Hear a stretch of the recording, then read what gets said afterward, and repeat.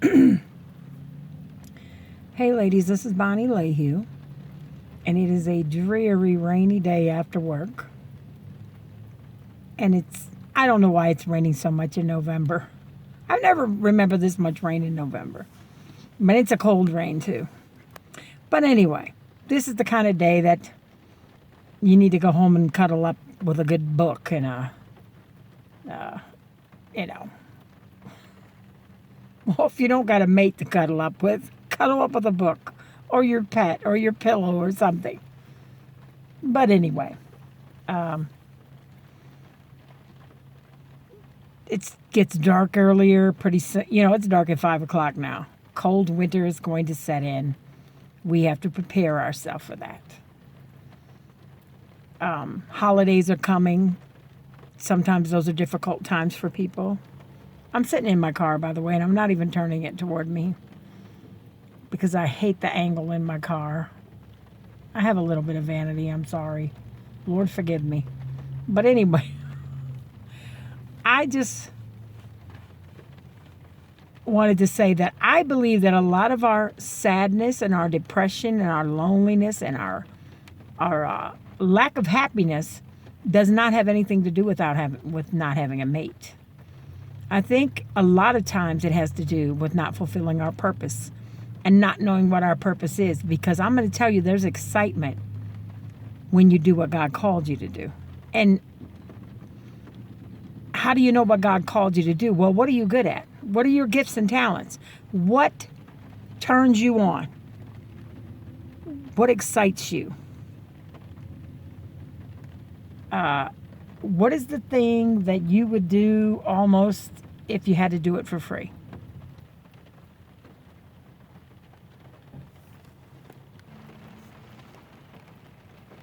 What is the thing you would do if you could do it for free? The thing you love. Is it music?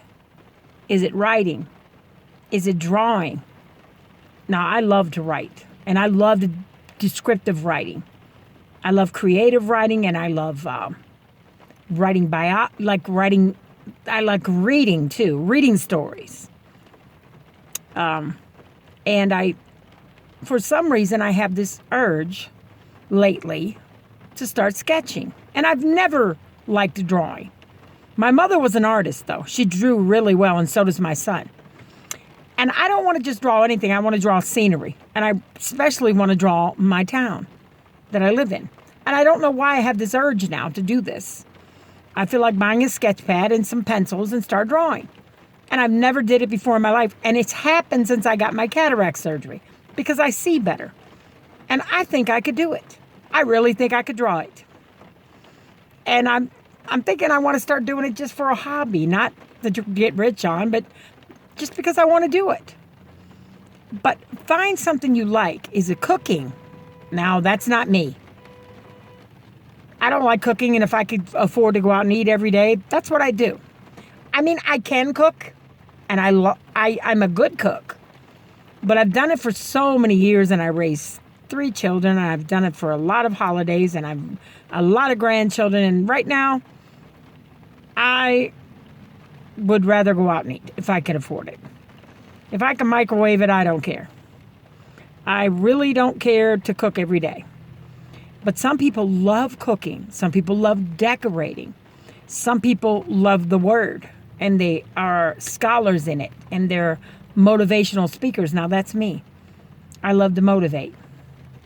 And I got a little preach in me, too. But what we have to do is find out what God created us for and go to the manufacturer. If you want to know the purpose of a thing, go to the one that made it. If you want to find out how something works, you go to the manufacturer. So God is our manufacturer, so we go to him and ask him, what is it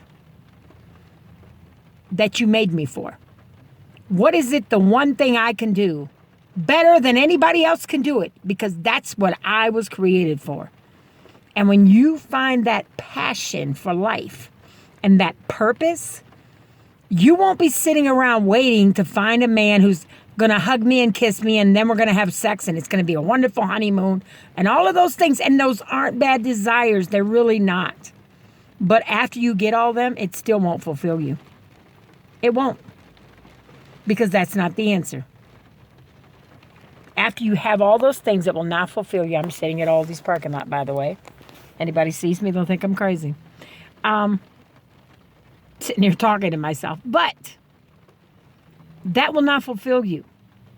Your fulfillment has to come from the inside. Happiness is an inside job. See, if you find what it is God created you for, pray about it. Try some things. You try some, I'm going to try the sketching. If I don't like it, then I wasn't meant to draw, but I really think I'm going to like it. I think it's going to be cool.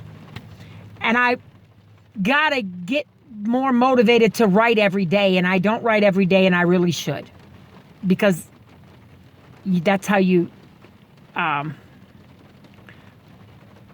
get better at your craft, is by doing it. So what I'm saying is, what is it that you can do? Are you crafty? Are you good with children? You want to start a daycare? You want to be a Sunday school teacher? You want to start a class for kids? Are you good with history? Are you good with Black history?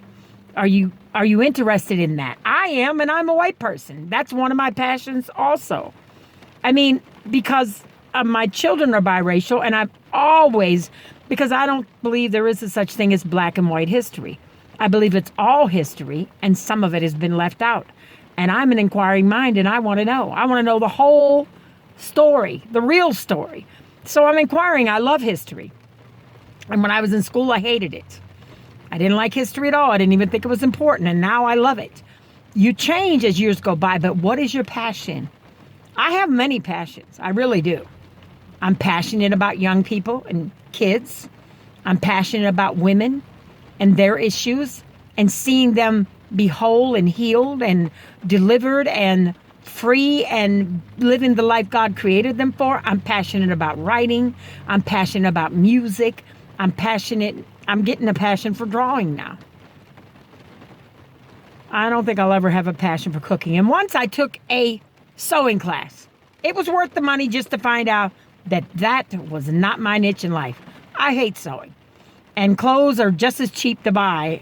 It almost costs more to make them, so unless you're really a designer, what's the use? That's not my cup of tea at all.